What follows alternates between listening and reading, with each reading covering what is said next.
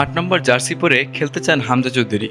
ভারতের বিপক্ষে ম্যাচ দিয়ে বাংলাদেশের লাল সবুজ জার্সিতে অভিষেক হবে হামজা চৌধুরীর। আগামী ২৫ মার্চ শিলংয়ে হামজা চৌধুরীকে কত নম্বর জার্সি পরে খেলতে দেখা যাবে, এর মধ্যেই সেই কৌতূহল শুরু হয়েছে তার ভক্তদের মধ্যে।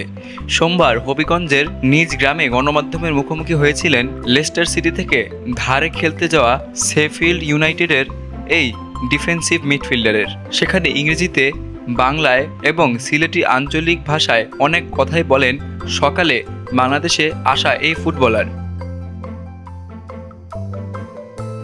অনেক প্রশ্নের মধ্যে গণমাধ্যমের জানার চেষ্টা ছিল তিনি কত নম্বর জার্সি পরতে আগ্রহী।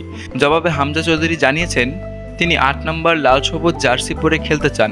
সিলেটের বিমানবন্দর থেকে হবিগঞ্জের গ্রামের বাড়ি যাওয়া পর্যন্ত যতবারই গণমাধ্যমের মুখোমুখি হয়েছেন ততবারই কেমন লাগছে এই প্রশ্ন শুনতে হয়েছে। তিনি এই প্রশ্নের জবাবে রোমাঞ্চকর অনুভূতির কথাই বলেন। বাবা মোর্শেদ দেওয়ান চৌধুরী পাশে বসেই গণমাধ্যমের সঙ্গে কথা বলেন হামজা। নিজের বাড়িতে এসে এত মানুষ দেখবেন, এত ভালোবাসা পাবেন, সেটা ভাবতে পারছিলেন কি না, এমন প্রশ্নের জবাবে হামজা বলেন, আমি বাবার কাছ থেকে শুনেছিলাম মানুষের এই আগ্রহ কথা, আমার খুবই ভালো লাগছে।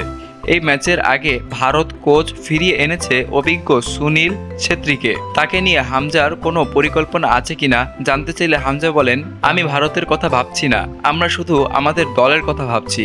জাতীয় দলের অধিনায়ক জামাল ভুঁইয়ার সঙ্গে কথা হয়েছে। হামজার জবাব, জামালের সঙ্গে আমার কথা হয়নি, তবে অনেকবার কোচের সাথে কথা বলেছি।